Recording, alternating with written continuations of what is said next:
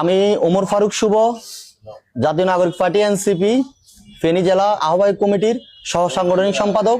আমার ডাইনে আছেন আব্দুর রহিম, উনি এনসিপির জেলা আহ্বায়ক কমিটির সহ সাংগঠনিক সম্পাদক। আমার আরো ডান পাশে আছেন মোহাম্মদ জোনায়েদ হোসেন, সে এনসিপি আহ্বায়ক কমিটির সদস্য। আমার বাম পাশে যে আছেন সে নূরে আজিম, এনসিপি জেলা কমিটির সদস্য। আমাদের আজকে সংবাদ সম্মেলনের মূল উদ্দেশ্য হলো জাতীয় নাগরিক পার্টি এনসিপি থেকে স্বেচ্ছা পদত্যাগ প্রসঙ্গে।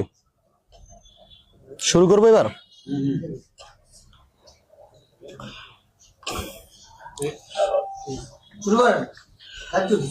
সম্মানিত সাংবাদিক বিন্দু, আপনাদের সবাইকে ধন্যবাদ আজকে এই সংবাদ সম্মেলনে উপস্থিত হওয়ার জন্য।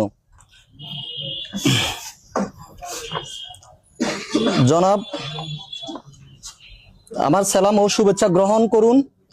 আমি মোহাম্মদ ওমর ফারুক শুভ দীর্ঘদিন আপনাদের দলের সাথে একজন দায়িত্বশীল কর্মী হিসাবে কাজ করেছি। জুলাই গণ অভ্যুত্থানে পরবর্তী সময়ে জাতীয় নাগরিক পার্টি এনসিপি মধ্যমপন্থা রাজনীতি করার প্রতিশ্রুতি দিলেও বর্তমানে এনসিপি নিজস্ব মতাদর্শ থেকে সরে দাঁড়িয়েছে, যার ফলে ব্যক্তিগত ও নীতিগত দিক বিবেচনায় আমি জাতীয় নাগরিক পার্টি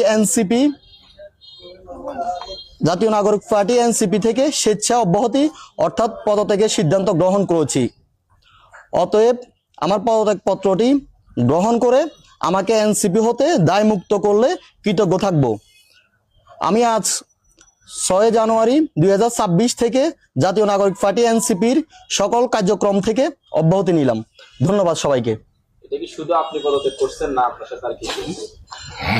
আপনারা দেখতে পাচ্ছেন আমার ডানে আছে জেলা কমিটির সহ সাংগঠনিক সম্পাদক আব্দুর রহিম বাবু। আমার আরো ডাইনে আছে মোহাম্মদ জোনায়েদ হোসেন, জেলা কমিটির সদস্য। আমার বামে আছেন মোহাম্মদ নূরে আজিম, জেলা কমিটির সদস্য। আমরা একসাথে সিদ্ধান্ত নিয়েছি, আমরা একসাথে বৈষম্য বিরোধী ছাত্র আন্দোলন থেকে শুরু করে জাতীয় নাগরিক পার্টি এমনকি জাতীয় নাগরিক কমিটি, পরবর্তীতে জাতীয় নাগরিক পার্টিতে জেলা কমিটিতে কাজ করেছি। এবং আমরা এনসিপি, আমরা একটু আগে আপনাদেরকে বলেছিলাম যে মধ্যমপন্থা রাজনীতি করবে বলেছে, তারা 300 আসনে প্রার্থী দিয়ে বলেছে, তারা কোনো জোটে যাবে এরকম কিছু আমাদেরকে শুরু থেকে জানাননি। হঠাৎ তারা সিদ্ধান্ত নিয়েছে যে জোটে যাবে, এই জন্য আমরা স্বেচ্ছা সজ্ঞানে এই এনসিপি পদ থেকে পদত্যাগ করেছি। ধন্যবাদ সবাইকে।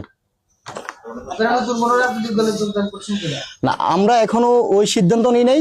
যদি সিদ্ধান্ত আমাদের হয় তাহলে অবশ্যই আপনাদেরকে জানানো হবে। ধন্যবাদ। আপনাদের নামগুলো একটু বলেন, কে কোন পদে আছেন? আপনার নাম বলেন। ভাই, আমরা কি বলতে পারি আপনি নৈতিক দায়বদ্ধতা থেকে পদত্যাগ করছেন? জি, কিন্তু আপনি যেটা এখনো তারা গ্রহণ করে নাই। না, আমরা অলরেডি তাদের কাছে পাঠিয়ে দিয়েছি। আমাদের যেহেতু আহ্বায়ক কমিটি আছে, আমার দায়িত্বশীল যা, তাদের কাছে আমরা পাঠিয়ে দিয়েছি। আমরা তো প্রেস রিলিজে বলে দিচ্ছি যে আমরা স্বেচ্ছা সজ্ঞানে এনসিপি থেকে পদত্যাগ করেছি। এর আগে গণতান্ত্রিক গ্রুপ নামে একটা জোটে ওনারা ছিল, এই পার্টি সহ গণতান্ত্রিক রাষ্ট্র সংস্কার আন্দোলন সহ। ওই সময় আপনারা পদত্যাগ করলেন না, এখন ইসলামী যে 12 দলীয় জোট আছে ওই জোটে যাওয়ার কারণে কি আপনারা জানেন, যখন এনসিপি 3 দলীয় জোটের সাথে যখন জোট করেছে তখনও আমরা পক্ষে ছিলাম, কারণ রাষ্ট্র সংস্কারের সবাই পক্ষে, তো আমরাও ওইটার পক্ষে ছিলাম। পরবর্তীতে এনসিপি যখন 8 দলীয় জোটে গিয়েছে, প্রথম যে জোটটা হয়েছে ওটা তো নির্বাচনের কোনো বিষয় বলেনি, অর্থাৎ রাষ্ট্র সংস্কার জোট বলেছে ওনারা। পরবর্তীতে যখন ভোটের জন্য ত্রয়োদশ নির্বাচন যেটা হবে, ওই নির্বাচনে আপনার সংস্কার সবকিছু ইস্যু সামনে নিয়ে এসে তারা জোট করেছে, ওই জোটের আমরা বিপক্ষে অবস্থান করছি।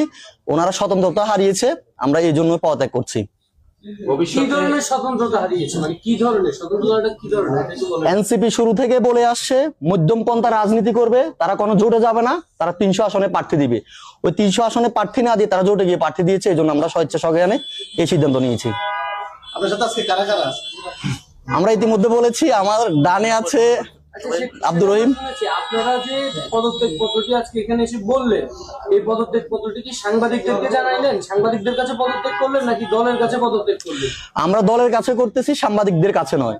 অর্থাৎ আপনাদেরকে প্রেস রিলিজ দিয়েছি, এবং কি আমরা অলরেডি কেন্দ্রে দলকেও পাঠিয়েছি, এবং কি মেলে, এবং কি আমরা জেলা অফিসেও পাঠিয়েছি পদত্যাগ পত্র। জি।